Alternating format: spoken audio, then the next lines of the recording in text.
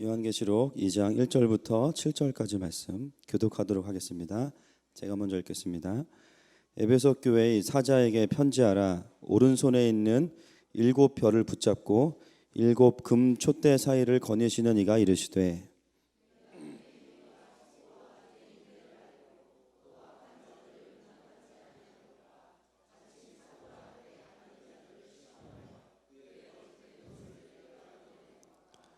또 내가 참고 내 이름을 위하여 견디고 게으르지 아니한 것을 아노라.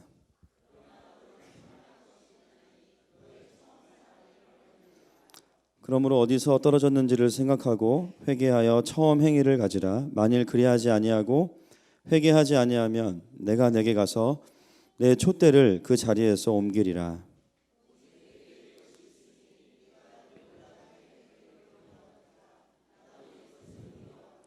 우리 한 목소리로 읽겠습니다. 귀 있는 자는 성령이 교회들에게 하시는 말씀을 들을지어다. 이기는 그에게는 내가 하나님의 낙원에 있는 생명나무의 열매를 주어 먹게 하리라. 아멘. 우리 온 성도가 나아갑니다. 하나님, 이 시간 이미 임재하신 주님, 또 우리의 깊은 내면 가운데 빛을 비추시고 세상 죄악과 또 어둠에 눌려있는 영혼들이 있습니까? 주님, 그 영혼들을 풀어주셔서 주의 깊은 임재로 들어가기를 원합니다. 성전 미문에 앉아있던 안진뱅이가 일어나서 발과 발목에 힘을 얻고 성전 안으로 들어갔던 역사들이 오늘 이 현장에 일어나기를 원합니다. 마음의 질병과 육신의 질병은 떠나가고 무엇보다 하나님의 영광을 보는 역사들이 이 가운데 있게 하여 주시옵소서. 하나님, 너무나 부족하고 연약한 자가 주의 말씀을 전합니다. 이 시간 주님의 십자가만 전해지게 하시고 예수 그리스도의 복음의 능력만 선포되는 시간 될 수 있도록 하나님, 성령 하나님 말씀 가운데 역사하여 주옵소서. 감사하며 기대하며 예수님의 이름으로 기도드렸습니다. 아멘. 오늘부터는 저희가 이 소아시아의 7교회를 향하신 메시지를 함께 나누기 원합니다. 이 소아시아의 7교회를 향한 이 성령의 영감을 받은 요한은 칭찬과 책망을 이 교회들을 향해서 선포하고 있습니다. 어떤 분들은 이 7교회가 교회 역사에서 세대별로 있었다. 그래서 7교회가 그 7개의 교회를 말하는 것이다 라고 말하는 신학자들이 있는데 뭐 맞을 수도 있고 틀릴 수도 있지만 더 중요한 것은 뭐냐면 이 7교회는 실제로 존재한 교회라는 것이죠. 그리고 요한은 그것을 예언하면서 설교한 것이 아니라 자신이 사역했던 터키에 있었던 그 교회들을 향한 하나님의 메시지들을 선포하고 있는 것입니다.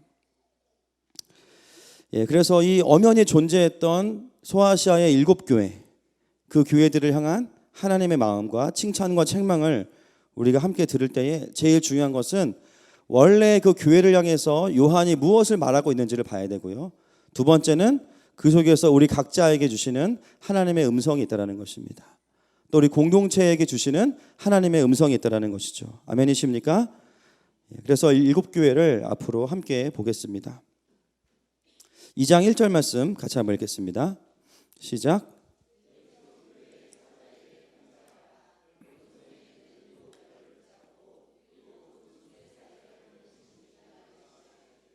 아멘. 오늘 이 에베소 교회에 말씀하시는 예수님의 천상의 예수님의 모습이 나오는데요. 오른손에 있는 7별을 붙잡고 7 금 촛대 사이를 거니시는 이가 이르시되 이렇게 나와 있습니다. 이게 어떤 모습일까요? 1장 20절 말씀 바로 앞에 있는 말씀인데 함께 보시겠습니다. 시작. 내가 본 것은 아멘. 7 촛대는 자, 7별은 무엇을 의미합니까? 이 사자는 바로 천사로 해석하기도 하지만 문맥을 보면 이 교회의 지도자를 의미합니다. 담임 목사를 의미해요. 7별은 7교회의 리더를 말하고 7 촛대는 무엇을 의미합니까? 7교회를 의미하죠. 그래서 오른손에 7별을 붙잡고 계시는 예수님은 어떤 분이시냐? 교회의 지도자들을 붙잡고 계시는 예수님. 그런데 그 손은 오른손이에요. 오른손은 어떤 손입니까? 성경에 보면 권능의 손, 능력의 손입니다. 리더들을 붙잡고 계시고 7 교회 사회를 거니시는 예수님은 어떤 분이시냐면 교회 안에 임재하시는 예수 그리스도를 의미하는 것이죠. 오늘 오른손에 리더들을 붙잡고 또 교회에 임재하셔서 계시는 그 예수님은 우리에게는 어떤 분이냐면요, 교회를 교회되게 하는 분이십니다. 그리고 교회의 주인이 누구십니까? 예수 그리스도이시죠. 교회는 민주주의가 아니에요. 그래서 교회의 주인은 성도나 목사가 아니고 교회는 예수님의 주인이십니다. 아멘이십니까? 그 말은 뭐냐면 예수님께서 교회를 지키신다라는 것이죠. 여기서 교회는 특정한 교회가 아니라, 그렇게 되면 굉장히 곤란해지죠. 물론 여기서는 7교회를 상징하지만 그러나 모든 교회, 쉽게 말하면 하나님 나라로 보시면 됩니다. 하나님께서 세우신 하나님 나라 안에 그 나라를 세워가시고 그 리더들을 붙잡고 계시는 분은 바로 예수 그리스도이십니다. 그래서 예수님의 몸으로 온전하게 만들어 가시는 것, 그것은 예수님께서 하시는 사역이죠. 오늘 본문의 2장 7절 말씀 같이 한번 읽겠습니다. 시작.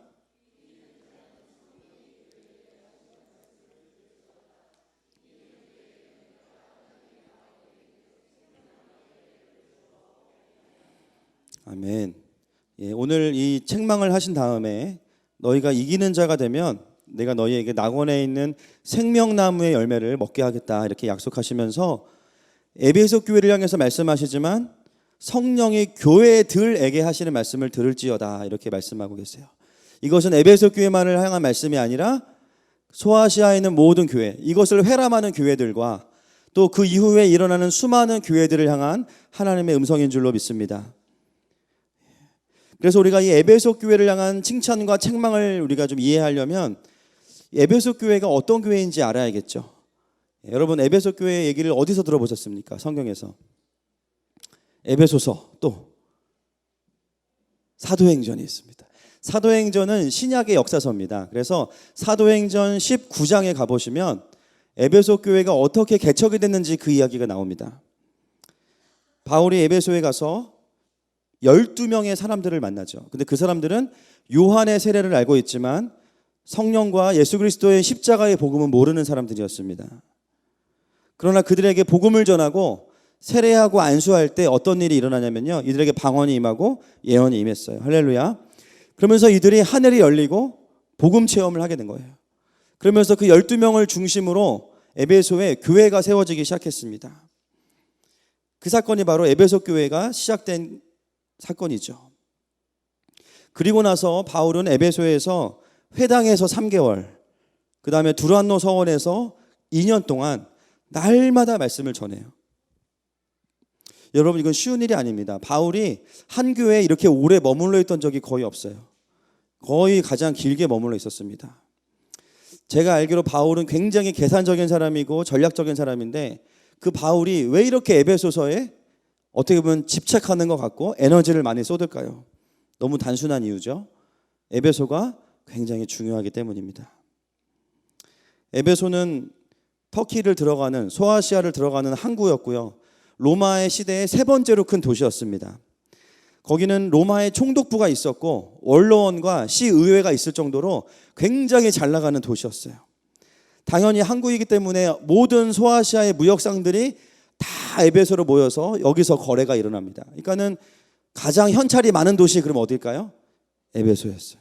은행도 잘 되고, 그러면서도 영적으로는 어떤 도시였냐면 아우구스투스 황제를 기념하는 신전을 무려 2개나 세워놓은 곳이었습니다.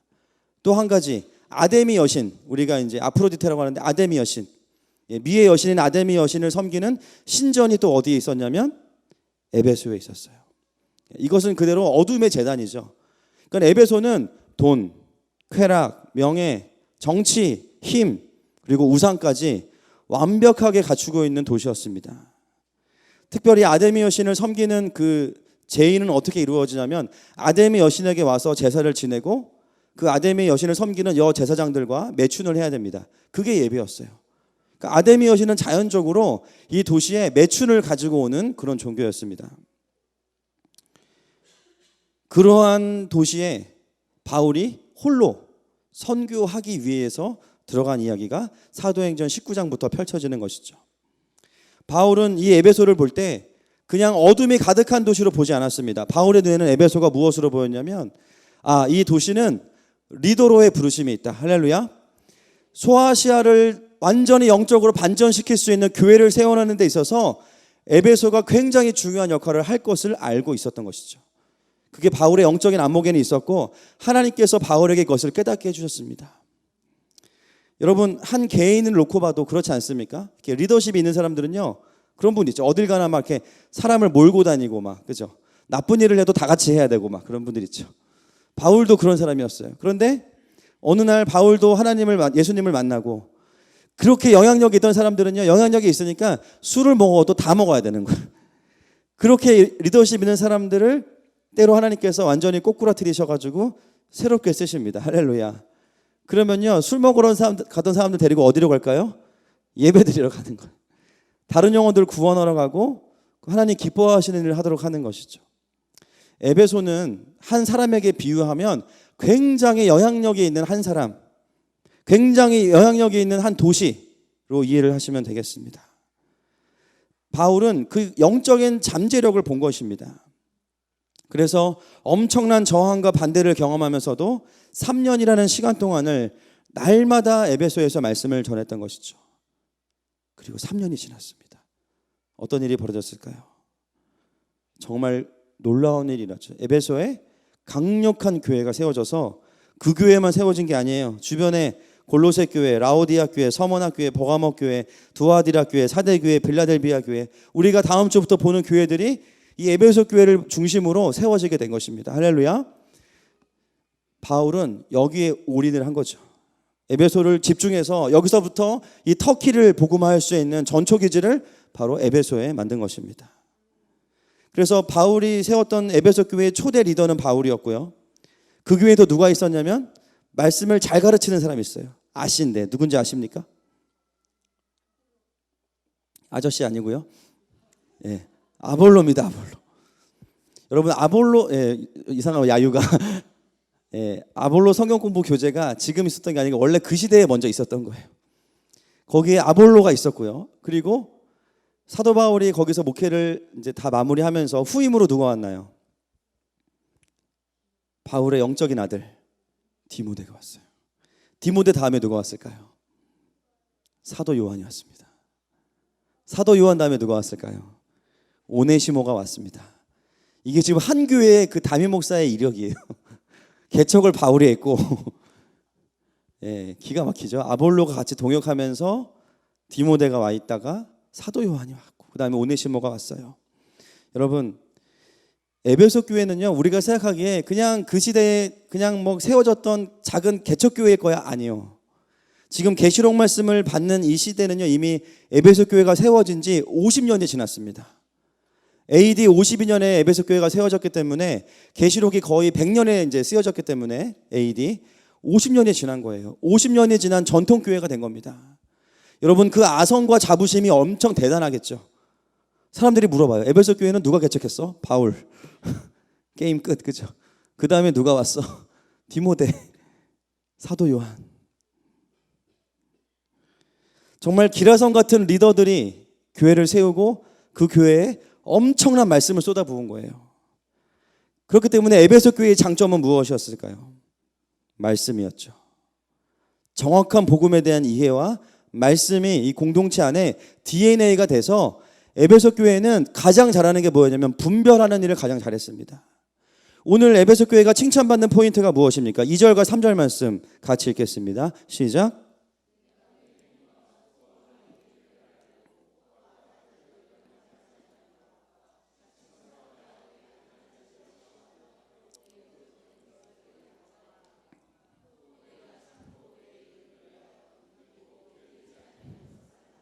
아멘. 여러분, 에베소 교회는 진리에 대한 분명한 기준이 있는 교회였습니다. 그렇기 때문에 뭘 해야 되는지 알아요. 무엇이 필요한지를 압니다. 그래서 행위와 수고와 인내가 있습니다. 이 인내는 원어를 보니까 저항이라는 뜻을 가지고 있어요. 무엇에 저항하냐면 이 도시 안에 있는 어두움에 대해서 저항하는 거예요. 황제를 숭배해야 산다, 거기에 저항하고, 아데미 여신을 음란하게 섬겨야 된다, 거기에 저항하고, 도시 안에 있는 수많은 그리스도를 대적하는 가치관과 어두움을 향해서 대적하는 교회, 그것을 아니라고 말할 수 있는 교회가 에베소 교회였다라는 것이죠. 분명하게 예수님은 이것을 칭찬하고 계십니다. 그러면서도 교회를 섬기고 지키는 일에 열심을 내었던 교회가 바로 에베소 교회죠. 굉장히 훌륭하고 멋진 교회입니다. 에베소 교회가 책망을 들었다고 해서 안 좋은 교회가 아니에요. 엄청 강력하고 전통 있고 하나님의 아주 깊은 사명을 가진 교회였던 것이죠. 그렇게 거짓 사도들과 미혹된 진리들을 분별하는 가운데 오늘 본문에 보니까 니골라당이라고 나옵니다. 약간 좀 약 올리는 것 같죠? 니골라당. 예. 성경에 딱 3번 나와요. 계시록에 2번, 그리고 사도행전에 1번. 사도행전에 어디 나올까요? 니골라. 중국 사람 아닙니다. 니골라. 예. 7집사에 나와요. 7집사. 사도들이 말씀과 기도에 집중하기 위해서 세운 집사 중에 니골라가 있습니다. 제가 이걸로 며칠을 씨름했는데 자료들을 아무리 찾아봐도 이 니골라가 이 니골라당인지는 애매한 부분이 있고요. 그런데 이제 이레니우스라는 초대 교부가 뭐라 그랬냐면 이 계시록에 나오는 니골라당은 초대교회의 그 집사였던 안수 집사였던 니골라가 영지주의의 영향을 받으면서, 영지주의는 뭐냐면요, 몸은 악하고 영혼은 선하다. 이게 플라톤으로부터 온 것입니다. 그래서 결국은 뭐냐면 몸은 2가지를 향해서 가는 거예요. 극단적인 쾌락이나 극단적인 금욕이에요. 그래서 이 영지주의자들이 왜 이단이 됐냐면요, 그 하나님이 선하신 하나님께서 인간의 몸을 입고 이 땅에 오실 수 없다라는 거예요. 그러니까 인간으로 오신 예수님을 부인할 수밖에 없죠. 그럼 그 예수님은 뭐냐? 가짜다. 그래서 가현설이라 그래서 이것이 이제 영지주의가 가지고 있었던 그 당시의 이단 사상입니다. 근데 중요한 건 뭐냐면 니골라당이 영지주의에 젖어 있었지만 그 결론적으로 나왔던 결론이 뭐냐면요, 타협주의와 혼합주의라는 거예요. 쉽게 말하면요, 말씀대로만 살아서는 못 산다, 이 얘기를 한 거예요. 우리가 세상에 가서는 세상의 법대로 좀 살아야 된다. 말씀대로만은 갖고는 살 수가 없다라는 거죠. 그 니골라당이 에베소 교회 안에 들어와서 교회에 영향을 주기 시작했습니다. 당연히 에베소 교회는 어떻게 합니까? 그것을 이단으로 정죄하고 그들을 밖으로 내보냈겠죠. 이 영지주의는요, 신앙과 삶의 일치를 추구하는 것이 목적이 아니라 신앙은 신앙대로, 삶은 삶대로 분리시켜 놓는 것이 영지주의였어요. 세상 밖에 나가면 절대로 내가 그리스도인인 것을 적에게 알리지 말라. 그것을 밝히는 순간 우리는 피곤해진다. 오히려 그들과 함께 쾌락을 누리고 타협해야 된다. 그래야 우리가 지혜롭게 살 수 있다. 말씀대로 살고자 하는 사람들을 꺾어내는 일을 했던 것이 니골라당이었습니다. 그들에게 하나님은 세상에 계시면 불편한 존재고요, 하나님은 거룩하시기 때문에 교회 안에만 계셔야 돼요. 주일날 예배 드리고 갈 때 주님 다음 주에 뵙겠습니다. 그리고 문 밖을 나가는 거죠. 주님 절대로 교회 밖으로 나오시면 곤란합니다. 여기만 계세요. 이것이 바로 니골라당이 말했던 것을 현대판으로 적용한 내용입니다. 타협한 복음, 또 세상과 혼합된 복음. 그렇기 때문에 니골라당 안에는 누림은 있을 수 있지만 세상을, 그들 안에는 복음의 능력이 나타나지 않았던 것이죠. 에베소 교회는 이런 사람들을 그냥 보고 둘 수 있는 것이 아니었어요. 분명한 복음과 그 복음에 대한 합당한 반응 외에는 용납하지 않았습니다. 여러분, 이것이 에베소 교회가 칭찬을 받은 포인트였다는 것이죠. 여러분, 오늘 이 에베소 교회가 받은 칭찬을 우리도 받을 수 있기를 축복합니다. 그 말은 뭐냐면요, 말씀대로 살기를 결단해야 된다는 것이죠. 어쩌면 그 에베소 교회에서 선포되는 말씀은 굉장히 부담스러운 말씀일 거예요. 아유, 목사님이 생활을 안 해보셔서 저런 말씀하시지. 지금 바깥을 모르시네. 목사님 그렇게 하면요 사업 망해요. 그렇게 하면요 평생 결혼 못해요. 그렇게 하면요 절대 좋은 대학 못 가요. 목사님 뭘 모르시는구나. 이런 반응들이 일어날 수밖에 없다는 거예요. 여러분, 오늘 현대 그리스도인들에게 니골라 당이라는 이름은 없지만 동일한 도전이 우리 가운데 오고 있습니다. 하나님의 말씀대로 살아들이지 못하게 하는 것이죠. 왜 우리가 그 말씀대로 살지 못합니까? 그렇게 살다가는 내 인생이 실패할 것 같아서요. 두려운 거예요. 그렇게 하다가는 내가 도태될 것 같아요. 그렇게 하다가는 지금 세상이 어느 때인데 나는 뒤처져 버릴 것 같은 두려움들이 우리의 마음속에 끊임없이 밀려 들어오기 때문입니다. 그러한 두려움과 불신앙들이 날마다 우리 마음 가운데 밀려 들어오기 때문에 우리는 말씀대로 사는 삶을 어느 정도 타협하거나 포기하고 살아가고 있는 것이죠.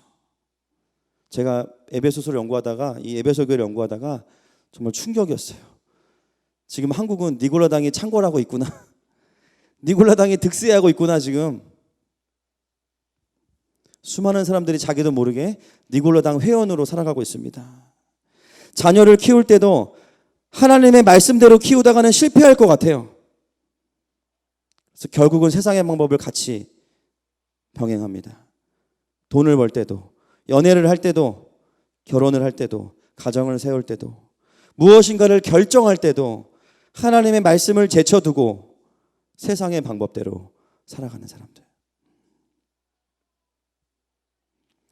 예수님 분명하게 말씀하시죠. 분명하게 칭찬하시죠. 에베소 교회야, 너네가 조금은 고집스러울 수 있지만 잘했다. 잘한 것이다.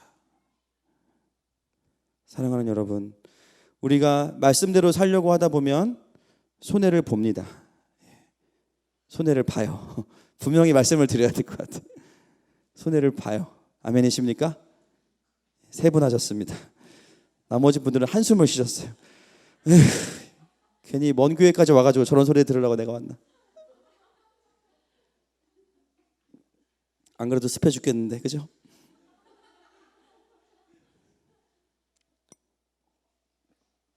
세상 사람들만큼 못 살아요. 예, 분명하게 말씀드립니다. 그런데요, 진짜 중요한 게 있어요. 우리의 인생을 다 살고 난 이후에 마지막에 우리의 삶을 누가 평가하실까요? 그분이 평가하십니다. 여러분, 우리는요, 적어도 여기 있는 분들은 하나님의 자녀들이고 백성들이죠. 아멘이십니까? 그럼 우리의 삶의 유일한 청중은 세상 사람들이나 가족이 아니에요. 예수 그리스도이십니다. 나의 달려갈 길을 다 가고 나의 마지막 삶의 끝에서 나를 향해서 착하고 충성된 종아, 내가 너의 삶을 통해서 영광을 받았노라. 네가 잘 참고 인내했다. 내가 너의 그 눈물과 수고를 알고 있다. 그렇게 말씀하실 수 있는 유일한 분, 예수 그리스도이십니다. 여러분, 우리가 왜 말씀대로 사는 것이 힘들다고 생각합니까? 내 주변에 몇 명 안 되는 사람들이 자꾸 나한테 이야기를 하는 거예요. 너 그렇게 살면 안 돼. 그리고 영원한 가치가 없는 것들에 대해서 평가하기 시작해요. 너 집이 몇 평이니? 무슨 일 하니? 자식은 어디 학교 갔니? 우리가 그런 것들의 마음을 빼앗기기 시작하는 거죠. 세상 영광을 구하고 세상에서 인정받는 것에 나도 모르게 오염되기 시작하고 결국은 유한한 그 짧은 스펙에 우리의 영혼을 팔아버리는 인생은 너무나 어리석은 인생이 되는 것입니다. 사랑하는 여러분, 영원한 것을 사모하십시다. 우리의 삶의 가장 마지막을 보시는 바로 그분, 그 유일하신 한 분 예수 그리스도, 그분 때문에 우리는 하루하루 말씀대로 사는 것을 선택하는 것이죠. 복받기 위해서 우리가 그것을 선택하는 것이 아닙니다. 때로 주님께서 채워주시고 열어주시는 부분이 있지만 그럼에도 불구하고 우리의 우선순위는 그분께서 우리를 어떻게 바라보시고 평가하실까, 거기에 우리의 삶이 걸려있는 것입니다. 에베소 교회가 칭찬을 받았던 부분은 바로 이 부분이었습니다. 그러면 책망을 받은 부분은 어떤 부분이었을까요? 2장 4절 말씀 같이 보겠습니다. 시작.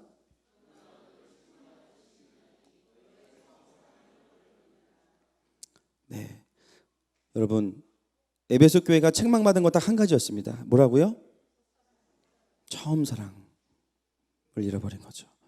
50년이 넘는 뼈대가 있는 교회, 전통이 있는 교회, 바른 신학이 있는 교회, 바른 구제와 행위가 있는 교회, 시스템이 갖추어진 교회, 물론 좋은 교회입니다. 그러나 그들 안에 무엇이 없었냐면 처음 사랑을 잃어버렸다는 거죠. 처음 사랑은 두 가지의 의미가 있습니다. 처음 내가 주님을 경험했던 그때의 그 사랑이고요. 그리고 또 한 가지는 뭐냐면요, 나의 삶의 우선순위 첫사랑을 의미해요. 나의 삶의 가장 중요한 사랑, 나의 삶의 가장 소중한 사랑, 그것이 처음 사랑이에요. 에베소 교회는 그 두 가지를 다 잃어버렸습니다. 학자들이 이거에 대한 해석이 분분한데 하나님을 향한 사랑이라고 해석하는 분도 있고 이웃사랑으로 해석하는 분들도 있습니다. 그런데 보니까요, 그건 다른 게 아니에요. 똑같은 거예요. 하나님을 향한 사랑을 잃어버린 교회는 이웃을 향한 사랑도 잃어버리게 되어 있습니다. 하나님을 향한 사랑을 잃어버린 교회는 영혼을 긍휼히 여기는 마음도 잃어버렸어요. 시스템은 있어가지고 구제도 하고 복제도 하고 다 하는데 그 안에 긍휼함을 잃어버렸어요. 그 긍휼함이 뭐예요? 영혼들을 바라보시는 하나님 아버지의 마음은 잃어버린 거죠.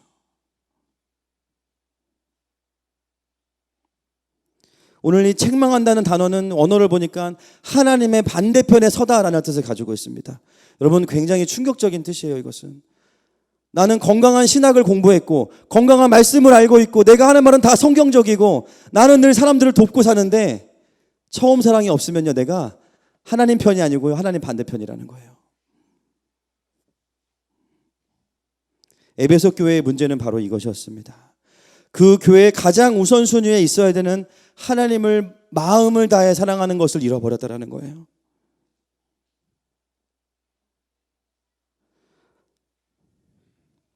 하나님을 사랑하는데 최우선 순위에 두는데 실패했기 때문에 언젠가부터 에베소 교회는 형제와 자매를 향한 사랑이 흘러가지 않습니다. 여러분, 계시록의 평가가 오늘 본문에 있지만 35년 전에 바울이 에베소에서 에베소를 향해서 쓴 서신서가 있죠. 에베소서에는 또 다른 중간 평가가 있습니다. 에베소서 1장 15절과 16절 말씀 같이 한번 읽겠습니다. 시작.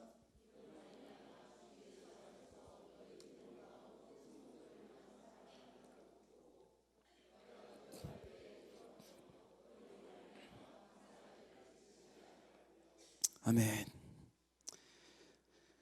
바울이 감사하고 있는 거, 에베소 교회를 보면서 정말 감사하고 기도할 때마다 너무너무 기뻐하는 일이 뭐였냐면 그들의 믿음과 모든 성도를 향한 사랑이 있다라는 거였어요. 근데 어느 순간 그 사랑이 사라졌죠. 믿음의 체계는 남아있지만 진짜 사랑은 없는 거예요. 결혼을 해서 살아가는데 사랑하지 않는 거예요. 의무는 다 하는데 마음은 없는 거예요.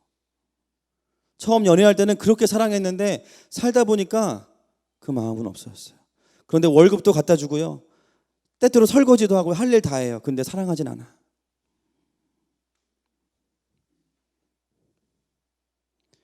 에베소 교회는 여전히 좋은 전통과 제도와 시스템이 남아 있었지만 그들에게 생명인 사랑은 존재하지 않았던 것입니다. 교리는 정확했지만 사랑은 없었어요. 언제부터 이 교회는 그 사랑을 잃어버렸을까요? 시간이 지나면서 교회가 너무 잘 되는 거예요. 막 소아시아에 여러 교회를 세워주기 시작해요. 그리고 막 자부심이 넘치기 시작해요. 어느 순간 하나님을 가장 사랑해야 되는 그 자리에 교회가 자리하게 되고, 교회가 존재하는 이유는 교회를 위한 교회가 되어버린 것이죠. 하나님을 그렇게 애써서 사랑하지 않아도 교회는 너무 잘 돌아가요. 그 사랑을 잃어버린 것입니다. 하나님보다 교회가 소중해지고 하나님보다 그들의 신학이 더 중요해지고, 여러분, 사랑과 긍휼함을 잃어버린 교회의 전통과 신학은 죄송하지만 사람을 살릴 수 없습니다.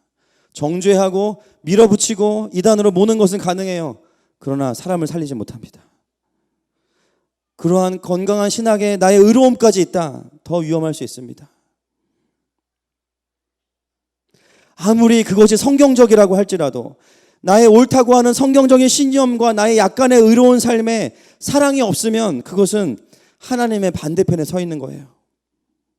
지금까지 나는 하나님을 위해 산다고 생각하면서 건강한 신학과 교리들을 공부했는데 내 안에 사랑이 없으니까 그것들이 사람을 살리지 못해요. 오히려 하나님 반대편에 서 있는 것이죠. 사울은 열심히 하나님을 섬긴다고 예수 믿는 사람들을 죽이러 다녔습니다. 그리고 예수님께서 그에게 오셨을 때 뭐라고 말씀하셨습니까? 사울아, 나는 네가 핍박하는 예수다. 거기서 사울이 뒤집어진 거예요. 하나님을 위해 열심을 낸다고 했는데 그 반대였구나. 충격을 받았죠.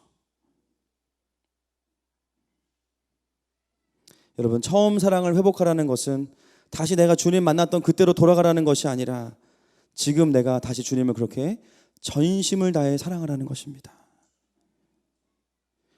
최우선적으로 주님을 사랑하라는 것입니다. 에베소 교회에 그 엄청난 아성이 있음에도 불구하고 누구도 에베소 교회를 책망할 수 없어요. 소아시아에서는. 그러나 예수님은 그 교회를 책망하셨죠. 지금 너희에게 우선순위가 뭐냐? 나냐? 너희 조직이냐? 그렇지 않다면 돌이켜라. 나는 너희 교회의 전통보다, 너희 교회의 그 어떤 것보다 먼저이고 첫째이다. 너희가 언제부터 나를 잃어버렸는지를 생각하고 회개하고 처음 행위를 갖지 않으면 내가 너희로부터 촛대를 옮길 것이다. 교회가 촛대가 옮겨지면 성령의 역사가 끊어지는 것이고 더 이상 교회는 교회가 아니라 회사나 조직이 돼버립니다. 친목단체가 돼버려요. 교회로서의 정체성을 상실하는 것이죠. 여러분, 아무리 교회가 모든 것을 다 가지고 있어도 주님을 향한 사랑이 첫째로 있지 않으면 죄송하지만 그 교회는 촛대가 없는 교회입니다. 그 말은 뭐냐면 죽은 교회라는 것이죠. 우리 각자의 삶은 어떻습니까? 내가 모태신앙이고 부모님이 나를 위해 매일 새벽 기도하는데 그것과 전혀 상관없이 그리스도인으로 오래 살아왔지만 때로는 성경적인 말도 하고 뭐가 옳은지도 알아요. 제법 착하게 살아요. 그런데 정말 내 삶에 가장 소중히 여기고 사랑하는 분이 예수님이냐? 오늘 우리는 이 질문 앞에 서야 되는 것입니다. 여러분, 예수님을 향한 절대적인 우선순위가 없으면요, 나는 형제와 자매도 건강하게 사랑하지 못하는 삶을 살고 있는 것입니다. 구제도 하고 때로는 다른 사람을 돕기도 하고 지나가다가 무거운 거 든 할머니 도와드리기도 하고, 그러나 그것은 하나의 봉사로 끝나는 것이죠. 진짜 하나님 아버지의 마음을 가지고 영혼들을 살려내는 생명 있는 삶으로는 가지 못하는 것입니다. 하나님을 우선적으로 사랑하는 것을 잃어버린 교회, 긍휼함을 잃어버린 교회는 시스템만 남고 사역과 사업만 돌아갈 뿐이죠. 그렇게 되면 하나님은 촛대를 옮기신다는 거예요.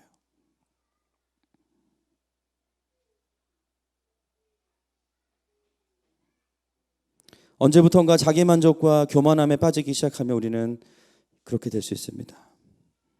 왜 하나님께서 오늘 에베소 교회를 향해서 이런 책망을 하셨을까요? 왜 하나님께서 남들이 보기에는 건실하게 서 있는 그 오래된 교회를 향해서 책망하실까요? 그 시스템을 가지고는 그 핍박을 돌파하지 못하기 때문입니다. 여러분, 정말 힘든 일이 있어도 내가 사랑하는 사람을 위해서 그것을 할 때 우리는 그것을 버틸 수 있습니다. 아멘이십니까? 버틸 수 있어요. 그러나 조직과 시스템만 있는 교회는 그 핍박을 버티지 못합니다. 하나님을 목숨 걸고 사랑하는 그 실제가 없으면 그 핍박을 이겨내지 못해요. 오늘 그 주님은 에베소를 향해서 말씀하십니다. 촛대가 옮겨지기 전에, 교회가 사라지기 전에, 하나님의 영광과 임재가 떠나기 전에 예수님 사랑을 회복해라. 여러분, 안타깝게도 에베소 교회는 이런 강력한 하나님으로부터 코칭을 받았음에도 불구하고 지금은 역사 속의 교회가 되어버렸고 지금 그 장소에는 교회가 존재하지 않습니다. 그 말은 뭐냐면 그 말씀을 듣고 그것을 회복하지 못했다는 것이죠. 뿐만 아니라 칼빈, 루터, 스펄전, 기라성 같은 목사님들이 세웠던 교회들, 그 영적인 거인들이 세웠던 교회들 여러분 찾아가 보세요. 텅텅 비어 있습니다. 여러분, 이것이 바다 건너의 이야기일까요? 역사상 가장 빠르게 부흥한 한국교회가 가장 빠르게 침체를 경험하고 있습니다. 다음 세대들은 급속하게 빠져나가고 있고 교회들 안에는 딱딱한 교리와 비판과 형식만 남아서 자신들만 진리라고 옳다고 하고 있어요. 그런데 그 속에 사랑이 없으니까 사람들을 재단하고 정죄하지만 아무도 살려내지 못하는 거예요. 처음 사랑을 잃어버린 것입니다. 전통과 과거의 부흥의 이력만 자랑하면서 자기 만족에 빠져버린 것이죠. 여러분, 에베소 교회를 공부하다가 저는 에베소 교회를 보는 것이 아니라 오늘날의 교회를 보게 되었습니다. 또 우리들의 모습을 보게 되었습니다. 사랑하는 여러분, 우리는 하나님 앞에서 날마다 새로워지지 않으면 소망이 없습니다. 단순히 우리가 좀 더 열심을 내는 종교인이 아니라 하나님을 전심으로 사랑하는 예배자가 되지 않으면 우리에게는 소망이 없어요. 아멘이십니까? 여러분들 여기에 와 계신 거는 회중으로 와 계신 게 아니에요. 여러분 한 사람 한 사람이 예배자로 와 있는 겁니다. 하나님 여러분을 익명성으로 부르시지 않았고 여러분 한 사람 한 사람을 지명하여 부르셨어요. 내가 너의 예배를 받기 원하고 내가 너의 삶을 받기 원하고 내가 너의 삶의 가장 우선순위가 되기 원한다. 그것이 아니면 이 시대를 너는 살아갈 수 없어. 때로 우리가 성실하게 교회에 나오고 내가 주님께 해야 될 도리들을 다 하고 있지만 그러나 마음과 영혼이 없고 주님을 향한 사랑이 없으면 그것은 하나님 반대편에 있는 것입니다. 어느 순간 교회들이 주님과 결혼해서 살다가 의무만 남은 권태기의 부부 같은 분들이 너무나 많아졌어요. 여러분, 오늘 예수님이 여러분의 삶에 어디에 계십니까? 어디에 우선순위에 계십니까? 내 자녀보다, 내 가정보다, 나의 성공보다, 나의 재산보다, 나의 종교 행위보다. 여러분, 오늘 에베소 교회에 주시는 약속이 있어요. 무엇입니까? 이기는 자에게는 낙원에 있는 생명나무의 열매를 먹게 하리라. 여러분, 생명나무의 열매가 무엇일까요? 너무 어렵죠? 제가 질문을 하나 더 드릴게요. 자, 포도나무에는 무슨 열매가 맺힙니까? 어떻게 하셨습니까? 생명나무에는 무슨 열매가 맺힐까요? 어떻게 하셨습니까? 생명나무의 열매는 생명이에요. 구원의 기쁨입니다. 영원한 생명을 경험하기 시작하죠. 여기서 이긴다는 것은 뭘까요? 황제랑 싸우라는 얘기가 아니에요. 에베소 교회야, 너무나 귀한 교회지만 너희들 안에 정말 그 사랑의 자리에 내가 있는지를 돌아봐라. 그거를 회복하는 게 이기는 거야. 할렐루야. 너희들 각자의 삶에서 그 어떤 것보다 나를 가장 최우선순위에 두는 것이 이기는 거야. 그 이기는 자에게는 끊임없이 구원의 기쁨이 있을 것이고 끊임없이 생명을 경험하는 삶을 살게 될 거야. 내가 이것을 약속한다. 여러분, 우리는 우리의 우선순위를 빼앗기지 않기 위해서 끊임없이 싸워야 되는 자들입니다. 아멘이십니까? 오늘 이 자리가 다시 구원의 기쁨과 감격이 회복되는 자리가 되기를 축복합니다. 다시 주님을 전심으로 사랑하는 회복의 자리가 되기를 축복합니다. 시간에 함께 우리 찬양하면서 나아가기 원합니다.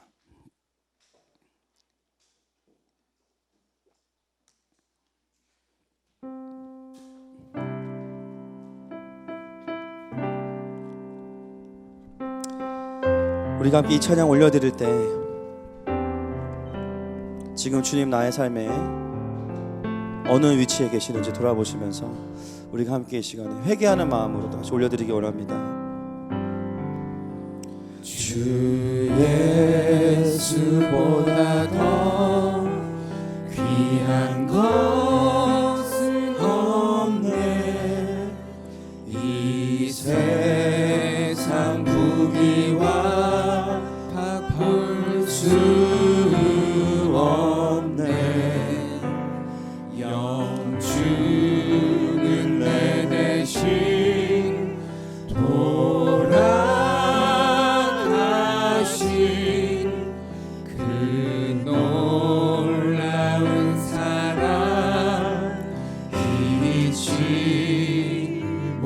주 예수보다 더 귀한 것은 없네. 주 예수보다 더 귀한 것은 없네. 이 세상 명예와 이 세상 명예와 바꿀 수 없네. 이전에 즐기던 세상 일도 주 사랑하는 말. 우리 함께 이 시간에 고백하면서 나아가십시다. 세상 즐거움 다 버리고 세상 즐거움 다 버리고 세상 자랑 다 버렸네. 주 예수보다 주 예수보다 더 귀한 것은 없네. 예수 밖에는 주 예수보다 더 귀한 것은 없네. 이 세상 행복과 바꿀 수 없네.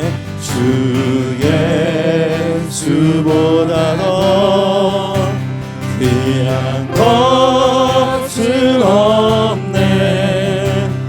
이 세상 행복과 바꿀 수 없네.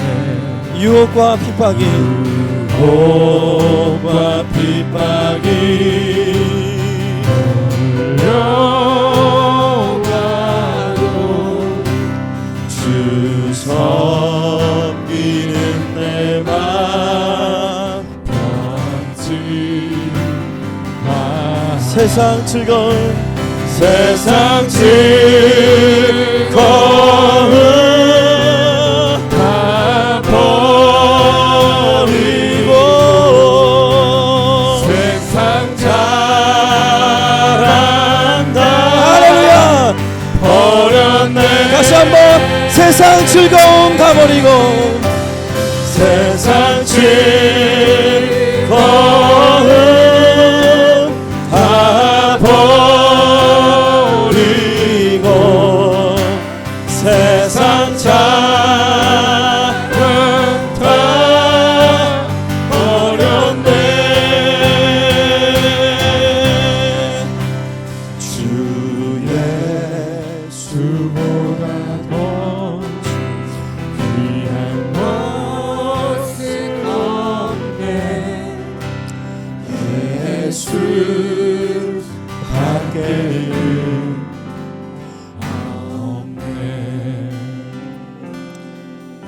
저는 어제 말씀을 준비해 놓고 앉아서 한참을 울었습니다. 제가 그러지 못하고 있어서 울었습니다. 주님 사랑한다고 하면서 그분을 우선으로 사랑하지 않았던 저를 보게 되었고 한없이 부끄럽고 죄송해서 그냥 울었습니다. 여러분, 세상이 우리를 주목하지 않아도 괜찮습니다. 하늘마음교회, 한국교회가 주목하지 않아도 괜찮습니다. 그러나 예수님이 주목하지 않으시면 우리에겐 소망이 없습니다. 여러분, 이 시간 우리가 각자의 고백으로 나아갈 때 주님 나의 삶이 주님께 먼저 칭찬되는 삶이 되게 하여 주시옵소서. 주님 기뻐하시는 삶이 되게 하여 주옵소서. 이 시간에 주님을 부르고 기도합니다. 주여!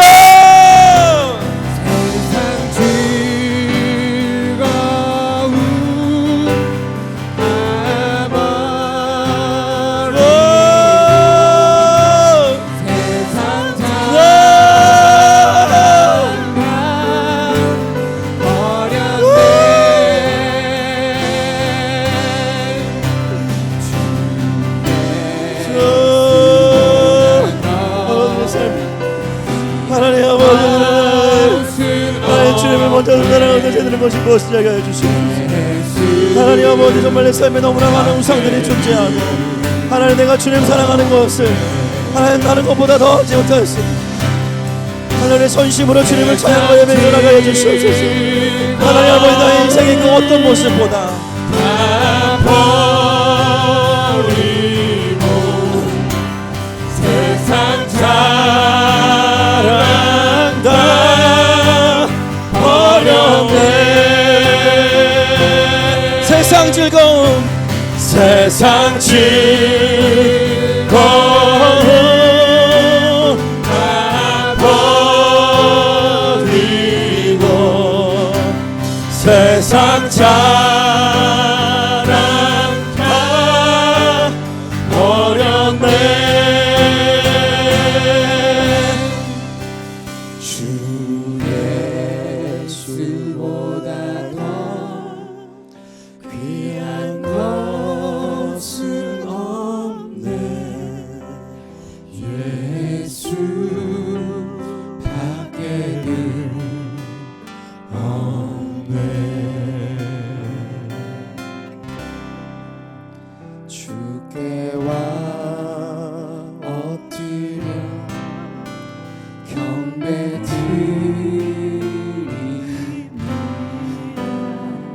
주 계신 곳에 기쁨 가득 무엇과도 누구와도 바꿀 수 없네. 예배드림이 기쁨 됩니다. 주께와 엎드려 경배드립니다. 주께와 엎드려 경배드립니다. 주 계신 곳에 기쁨 가득. 무엇과도 누구와도 바꿀 수 없네. 예배드림이 사랑하는 여러분, 우리의 마음의 고백을 이 시간 주님께 올려드리십시다. 주께와 엎드려 경배드립니다. 무엇과도 누구와도 바꾸지 않습니다. 엎드려 경배드립니다.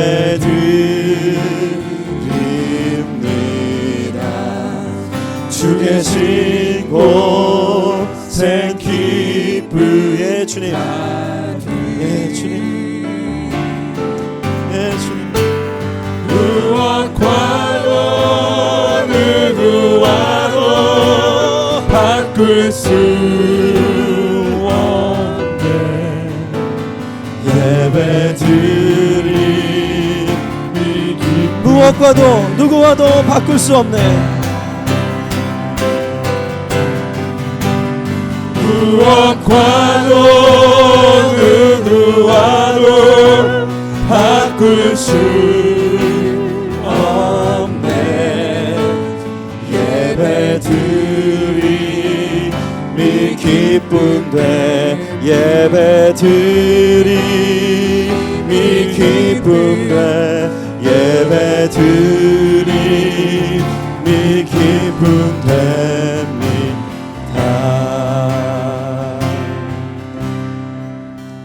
예배드림이 기쁨 됩니다. 마음드림이 기쁨 됩니다. 고백하십시다. 마음드림이 기쁨 됩니다. 사랑드림이 기쁨 됩니다. 사랑드림이 기쁨 됩니다. 우리 이 시간 주님 앞에 한 가지 더 기도하기 원합니다. 정말 내가 전심으로 주님을 사랑하는 삶이 무엇인가, 그렇게 살고 있다고 생각했지만 여전히 내 안에 그 처음 사랑을 잃어버리고 있었던 마음들이 있다면 주님, 이 시간 내 안에 구원의 기쁨을 회복시키시고 하나님 그 생명나무의 열매를 내가 이 땅에서부터 경험하는 삶이 되게 하여 주시옵소서.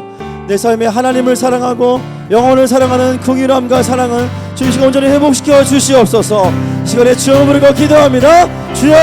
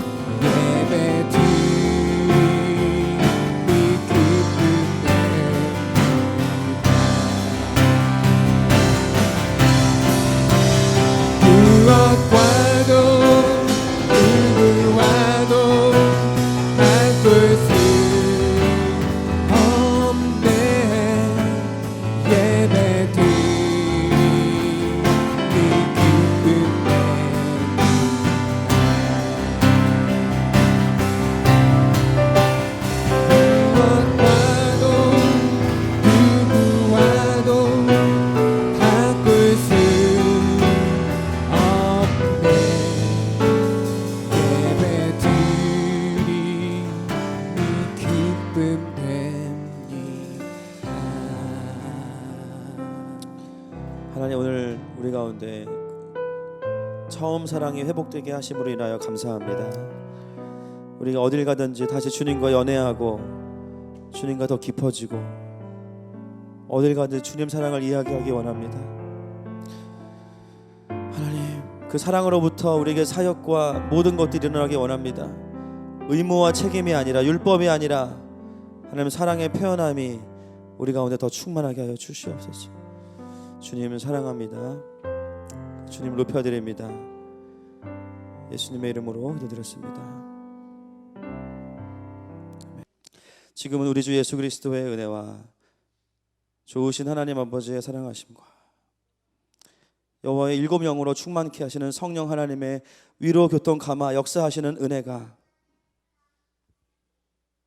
이 시간 주님 앞에 처음 사랑을 회복하고 이제는 다시 한번 삶 속에서 주님과 동행하기 원하는 사랑하는 하늘 마음 모든 가족들 위해 이제로부터 영원토록 함께 있을지어다.